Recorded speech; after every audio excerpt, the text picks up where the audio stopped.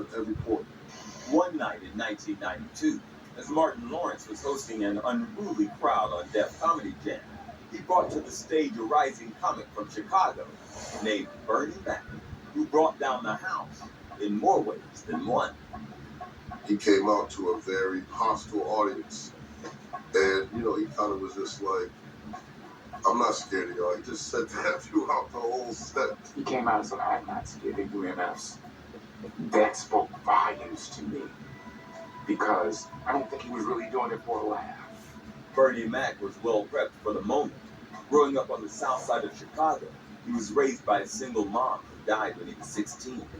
For a decade, he worked full-time to pay the bills while learning his trade at local clubs, where every laugh was earned. Those are the toughest audiences. Black clubs, black common clubs. Growing up in the inner city of Chicago and gangs and stuff, I've seen so much. So drama is something that's right here. But the comedy is something that is so dear. He was proud of where he was from, and I think the culture of Chicago, man, made him the hard hitter he was. The gangs when he grew up were everywhere, and he would send shooters and killings every day. And so I think that just made, Bernie as edgy as he was coming out of Chicago. I used to get in trouble because they used to always say I laughed too much. As a kid, my grandfather, my school teachers used to always say, quit laughing, everything ain't funny. Because I always took humor, I found humor in pain.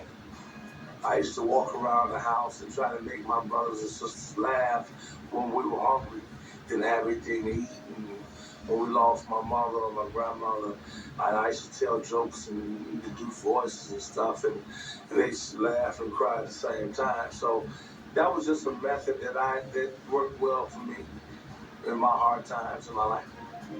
I think that a lot of the loss in Bernie's life contributed to pain. And from pain comes a lot of great art. There's something about his tonality, his delivery, and his facial expressions. With everything he does, he just sells what he's saying.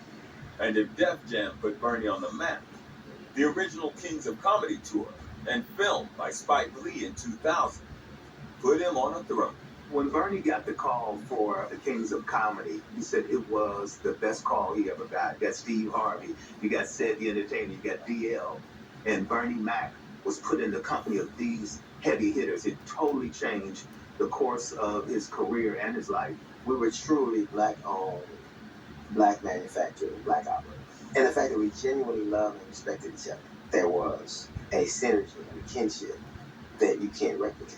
He was essential in order to make it a big deal. He was well loved, he was anticipated.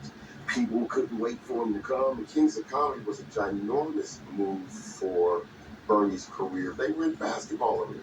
You know what I mean? Bernie would always say it in his act that DL had a show, that Hugh Louis Sid had a show, and Steve Harvey had a show. But he always say, I ain't got no show. When y'all gonna give me a show? Sure enough, 1 year later came the Bernie Mac Show. What they made his show, the Bernie Mac Show, out of was his little kids, his three little nieces and nephews, his sister's kids that he had to take in and raise. And they turned that into one of the best comedy shows on TV, man. He didn't really tone himself down that much. When you was watching the Bernie Mac Show, you still got Bernie.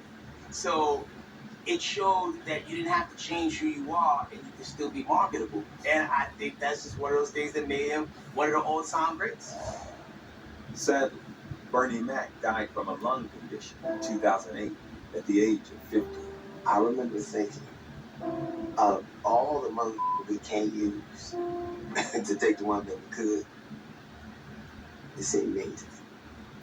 When we lost Bernie Mac, I think we lost one of the most real and honest voices in comedy. The sad part is there was so much left of Bernie. He kept evolving. So who knows what we could have got from Bernie Mac in the future. He said, I'm not going to let you not give me what I want. I'm going to take what I want. And that's why, he will be always remembered as the best in black Bernie Mac. Does a ghost pepper